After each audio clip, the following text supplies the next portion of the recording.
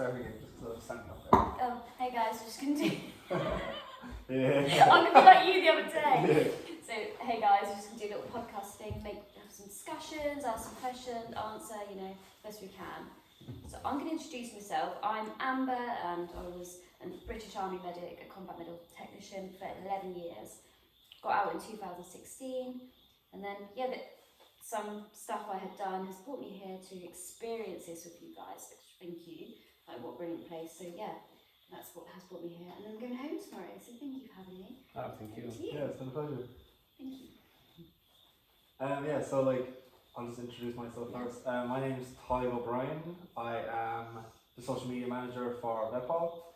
I have a background in photography and videography. I was Amazing. freelance for a few years, and then last year I volunteered with Vetpol for 3 months, and then in January they hired me as a social media manager. So good. I've been working with them ever since. That's really good. Yeah. Okay, I'm Matan. I am from Israel. Hey, Tom. Hello. I spent 4 years.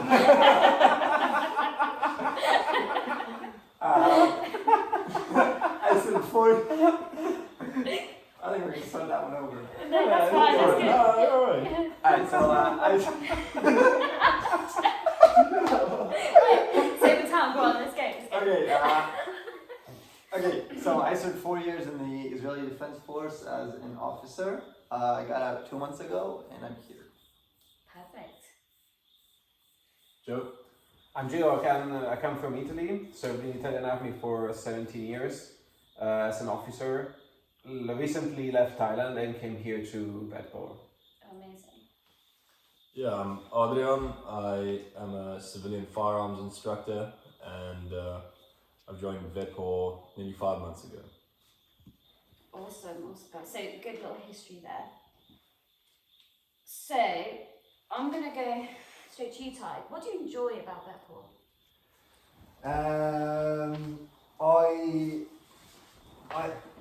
I absolutely love animals, and that's kind of why I got into Vetpol from the beginning. Animals was kind of what drew me in, but then I did love the two aspects that it was kind of touching on, where I was empowering veterans. I was giving veterans a purpose after they leave the military, and then to protect African wildlife that obviously is in dire need of protection at the moment. So that's what kind of drew me towards them.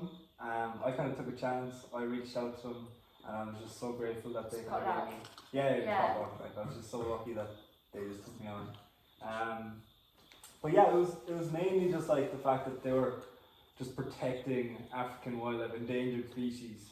It was the species that need. Amazing, isn't it? Yeah, exactly. The species that need to be protected, they were protecting them, and I was like, that's just something I want to be a part of. Yeah, and I agree with the veteran stuff, don't you? Joe, it's amazing all that veteran stuff, what it brings to the table, kind of thing. Go on, what do you? Could you read Yeah, of course I can. Sorry. So, what do you enjoy about Vetpol? I really like conservation in general, and I enjoy working with all these ex-military guys, and how they. You enjoy working with them? Why? I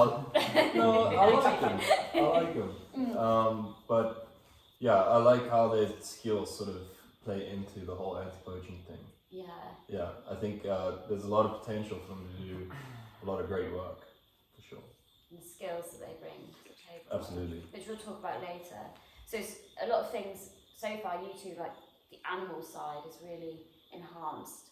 Let's go for you, Joe. What about you? Well, what I enjoy really about Vetpol is that, honestly speaking, to me, is a way that a veteran can definitely fulfill its mission. For each of us that have been deployed in Afghanistan or Iraq, the mission was clearly stated in a very controversial way. And humanly, I cannot say that saving the wildlife and actively protecting the wildlife against the dire of extinction cannot be addressed as a very good mission to dedicate itself for.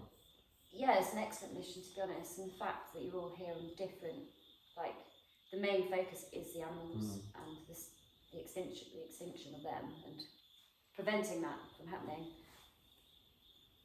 Yeah, so I am like Ty and Adrian. My favorite thing is just working with animals. So I love African wildlife, especially. I love cats. I love rhinos.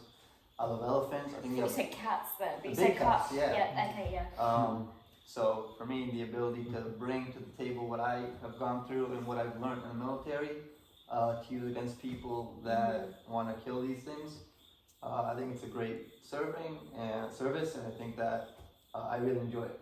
Yeah. Seeing these animals on patrol, seeing them on the day is very rewarding. There's a serious sense of purpose that comes along with it. Definitely. Yeah. I think it's just like it's fantastic. Like you do however many years of service in the military, and rather than coming out and it's like, okay, now you got to go find a different job. It's like you're using those years of training, Yeah. and then you're going straight into something again that's like super meaningful. And like it's not like those skills are going to waste. You're using those skills and you're bringing them into something that's like so. Well, I think it's so important to this world. Yeah, useful like, skills. Exactly. Like, Yeah. and it's like fair enough. There's other people out there, other rangers who are like trained as well, but they're not trained to the extent that the military are trained. Yeah. And like having those skills, having them like because like instead of them going to waste, just having them and then using them for something so meaningful, I think it's just a fantastic purpose. Like Exactly to your point. I mean, Joe tried the whole office job thing with Amazon. Yeah. Okay. Is that sure. no? No, it's good. Yeah, Yeah, it's fine. yeah. Is that okay? Yeah, it's fine.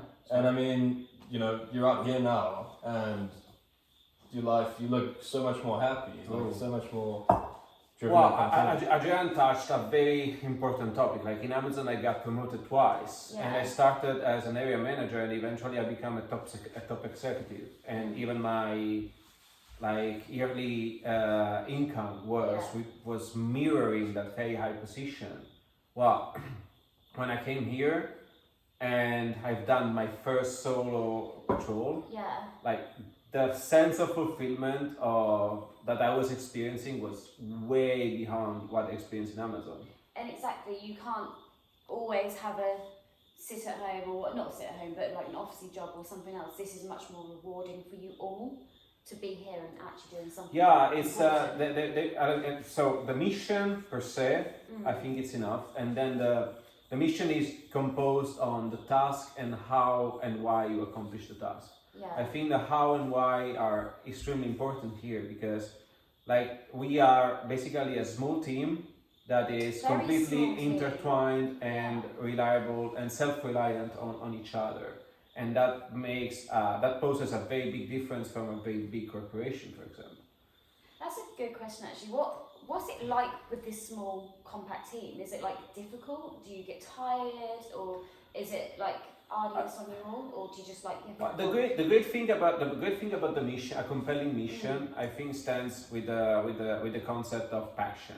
Yeah. I mean, the advantages that passion gives you is that you don't feel fatigue, or at least you feel that much less, or at best it doesn't affect you in a way Yeah. that you basically let you stray away. It Yeah. keeps you on track and it keeps you grinding. Like the hours you all put in, like you clearly all have passion. Like you're doing your overnight thing, and all day as well, and all day yesterday as well.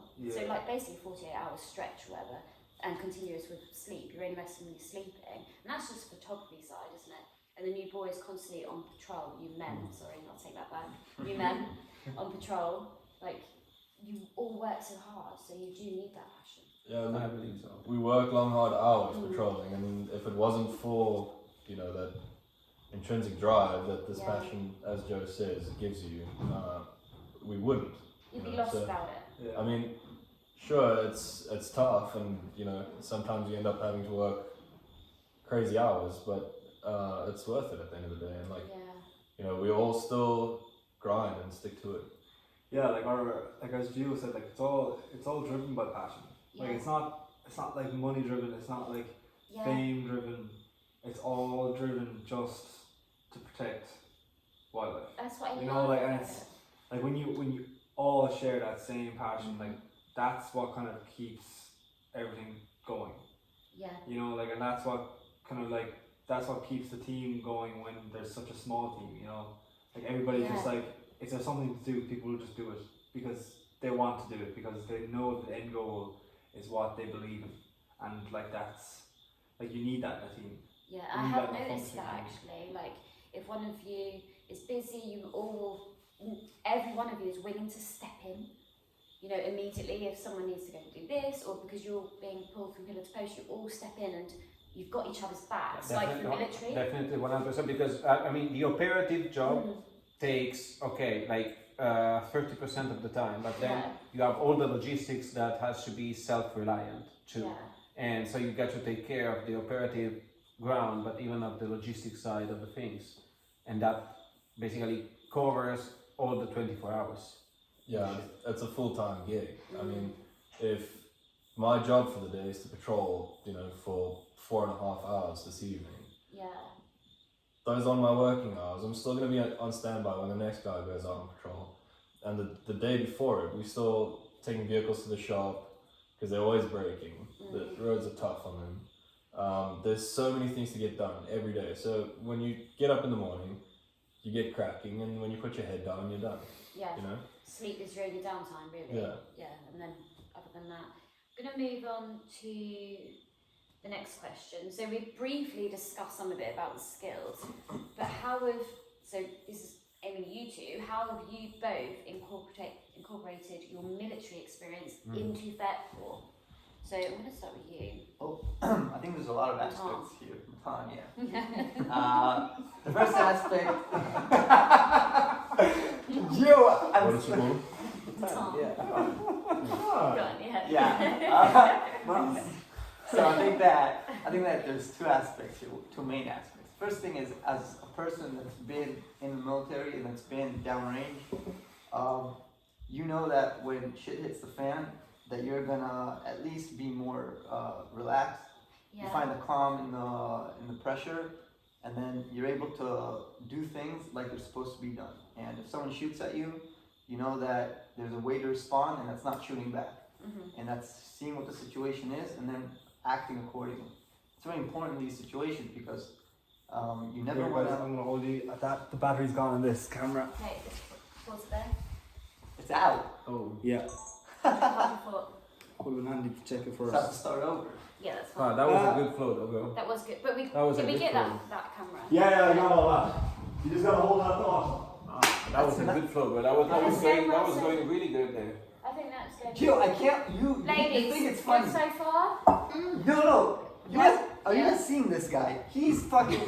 Someone makes him laugh, and then he'll laugh, and he looks there. But then I see him. It's like so hard to hold myself to. That is good. You want The whole situation is like just at the cusp of us laughing, and like Yeah. Joe just has to go and we're all done. But That's how we want it. We want it at the natural. same time, like I mean, we look like humans. I look like Fine. an imbecile. Yeah, we know We don't I'm like looking look at like him, and then newscasters. I'm like looking away, just about to see him, and then I see him. But because was It's like, my fault when I'm going Tom. because Amber said, I'm starting with you. This is Matan. Yeah.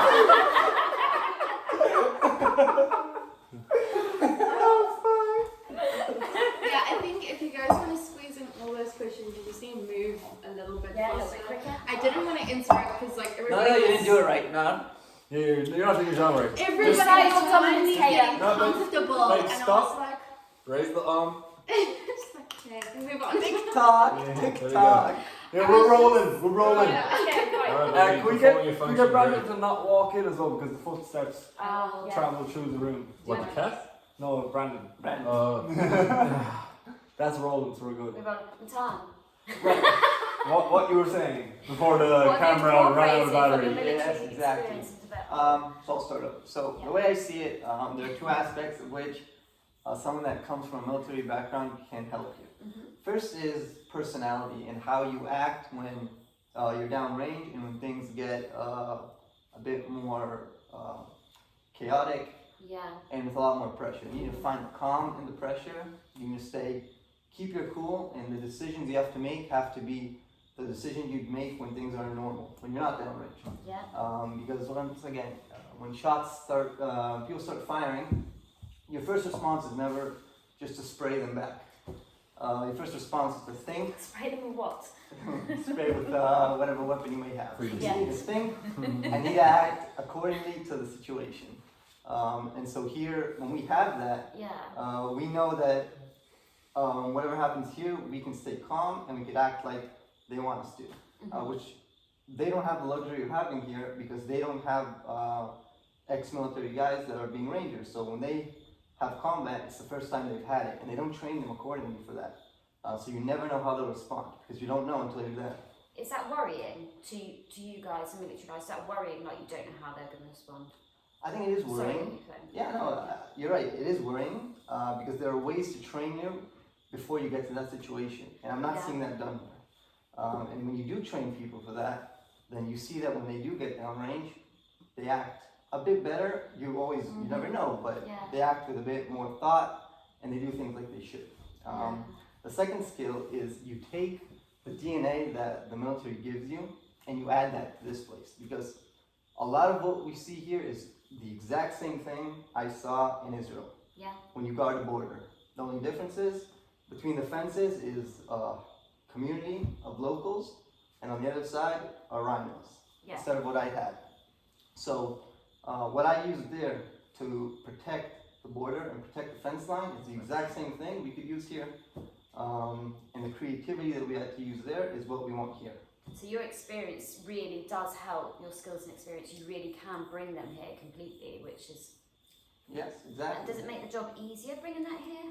Like bringing your past experience and skills? Yes, because you have a sense of purpose that you could actually help. You're not Yeah. just here to grind out the hours. Yeah, that makes sense. I'm going to go to you, Jim Italiano. Ah, okay. Yeah, so for you, Yeah. what do you feel like you've incorporated from the military into Vetpor? Well, I can't see something that I cannot incorporate because, like, quoting Matan, like the fighting experience is at the end of the day a small portion of the military experience. Yeah. But all the operative and planned environment takes other, let's say, features in it, such as deception, for example, training, the value of training, the ritualization of training, like going back to training, going back to basics on a daily basis, on a weekly basis. Yeah. So I think that everything is incorporated in Vetpor, and it's up to us to figure out the way to deliver that at the utmost value, knowing that the operative environment here is such that has a different rhythm of the operations. Yeah. So, for example, as we were saying before, maybe you had a night shift, Yeah. and the day after you have to take care of the logistics. But at the same day, for example, an emergency occurs and there is an animal to be darted. That completely shifts any plan that you had. So you must be able, as Matan was saying, to think normally, accordingly to your battle rhythm, and stick to the mission, and then be able to rearrange the priorities. Yeah. I think And that at the same takes- time, rest when you will Yeah. have the time to rest. It takes a certain mentality as I well. think only